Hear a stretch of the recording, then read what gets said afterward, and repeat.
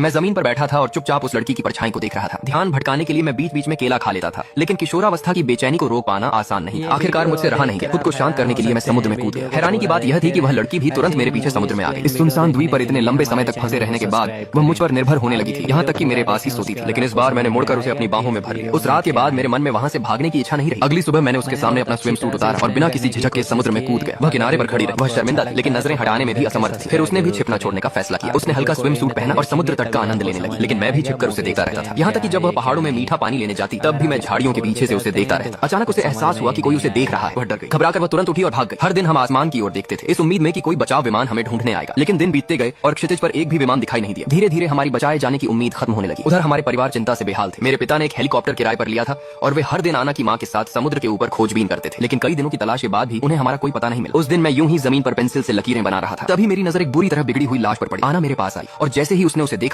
वह पूरी तरह टूट गई। यह सोचकर कि हमारा भी वही हाल हो सकता है, मैं भी डर से भर गया। जब मैंने उसे टूटते हुए देखा तो मैं उसे गले लगाने के लिए दौड़ पड़ा। मैंने उससे कहा कि हम साथ हैं और हमारे साथ कुछ बुरा नहीं होगा। मैंने उससे वादा किया कि मैं उसे कभी नहीं छोड़ूंगा। धीरे धीरे आना शांत हो गई और उसने मुझ पर पूरा भरोसा कर लिया। लेकिन अगली सुबह जब उसकी आंख खुली तो वह जमीन पर अकेली पड़ी थी। आसपास कोई नहीं था। उसे लगा कि मैंने उसे छोड़ दिया है। घबराकर वह जंगल की ओर मुझे खोजने दौड़ पड़ी। सौभाग्य से उसे मैं जल्दी ही मिल गया। मुझे डर था कि वह लाश उसे फिर से डरा देगी, इसलिए उसके सो जाने के बाद मैं चुपचाप उसे वहां से हटाने चला गया था। जब उसे यह बात पता चली तो वह गुस्से से भर गई और मुझसे बहस करने लगी, लेकिन तभी उसका पैर फिसल गया और वह गिर पड़ी। उसके घुटने पर चोट देखकर मुझे बहुत अपराध बोध हुआ। मैंने प्यार भरे शब्दों से उसे शांत किया। फिर हम दोनों साथ में झरने के नीचे नहाने चले गए और हमारे बीच की नजदीकी फिर लौट आई। अचानक द्वीप पर मूसलाधार बारिश शुरू हो गई। मैं एक बच्चे की तरह बारिश में दौड़ पड़ा। मैं खुशी से उछलने कूदने लगा। यह खुशी का एक अनमोल पल था। मेरा उत्साह देखकर वह भी मुस्कुरा उठी। मैंने उसका हाथ पकड़कर उसे भी इस खुशी में शामिल होने के लिए बुलाया और उसने बिना किसी झिझक के मेरा हाथ थाम लिया। हम दोनों बारिश में भीगते रहे और उस खुशी को महसूस करते रहे जो केवल हमारी थी। एक दिन जब आना सो रही थी तभी एक तेज इंजन की आवाज ने उसे जगा दिया। मैं तुरंत समझ गया कि क्या हो रहा है और दौड़ते हुए समुद्र तट की ओर भागा। मैंने सिग्नल गन को हर जगह घबराहट में खोजा, लेकिन वह कहीं नहीं मिली। बेबस होकर मैंने पूरी ताकत से आसमान की ओर चिल्लाकर हेलीकॉप्टर का ध्यान खींचने की कोशिश की, लेकिन वह बहुत ऊंचाई पर उड़ रहा था। वह मेरी आवाज नहीं सुन सकता था। हम केवल बेबसी से उसे देखते रह गए। जैसे जैसे वह हेलीकॉप्टर हमारी ओर बढ़ता जा रहा था